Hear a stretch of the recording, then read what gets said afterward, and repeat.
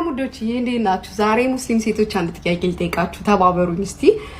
እና ስለማይገባኝ ነው ማለት ነው። በእስልምና ሃይማኖት እስከ 7 ነው እስከ 4 ሚስት ይፈቀዳል፣ ብቻ ከአንድ በላይ ብዙ ሴት ማግባት ይችላል አይደለ?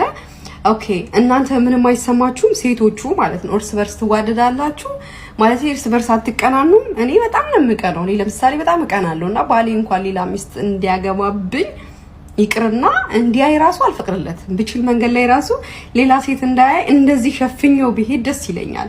በቃ የሆነ ጥቁር ነገር አድርጌበት አይኑ ላይ ቢሄድ ደስ ይለኛል እንዳያይ ማለት ነውና ጓደኞቼ እናንተ ምንም አይሰማችሁም ወይ? እርስ በርስ አትቀናኑም ወይ? አትጣሉም ወይ?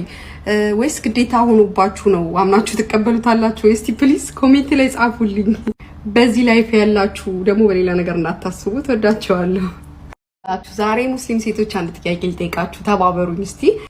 ሰላም አለይኩም ወራህመቱላሂ ወበረካቱሁ። እንዴት ናችሁ? እቺ ብራንድ ወገናችን ብራንድ ጥያቄ ጠይቃናለች። የኔ ቆንጆ እንዴት መሰለሽ?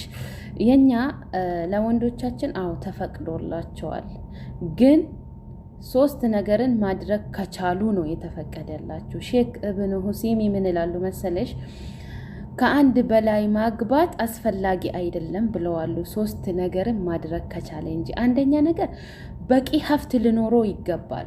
ሁለተኛ ነገር ደግሞ ፍላጎታችሁን መሙላት ይገባዋል። ፍላጎታችሁን ማለት ሊያስደስታችሁ ይገባዋል።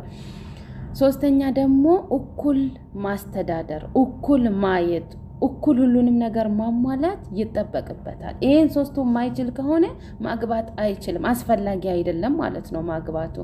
እሺ ሲቀጥል ደግሞ እኛ ረሱል ሰለላሁ ዐለይሂ ወሰለም ያዘዙንን ግዴታ እንቀበላለን። በቃ አምነናል ኦሬዲ ማለቴ ሙስሊም ነኝ አምኛለሁ። ካገባም ይሄንን ሁሉም ሴቶች ማመን አለባቸው።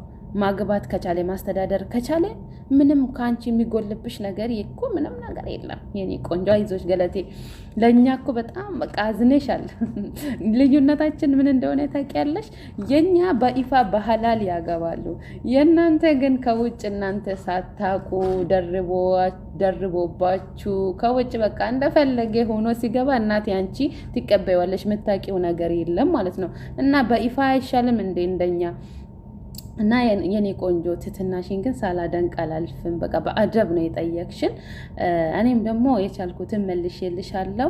እኛ የመረረንን አዲስ ጥለን የጣፈጠንን ሳይሆን ሁሉንም ደስ ባይለንም እንኳን እንቀበላለን። ደስ ለን እኔ በበኩሌ አልቀናም። ለማያልቅ ነገር ምን አስቀና?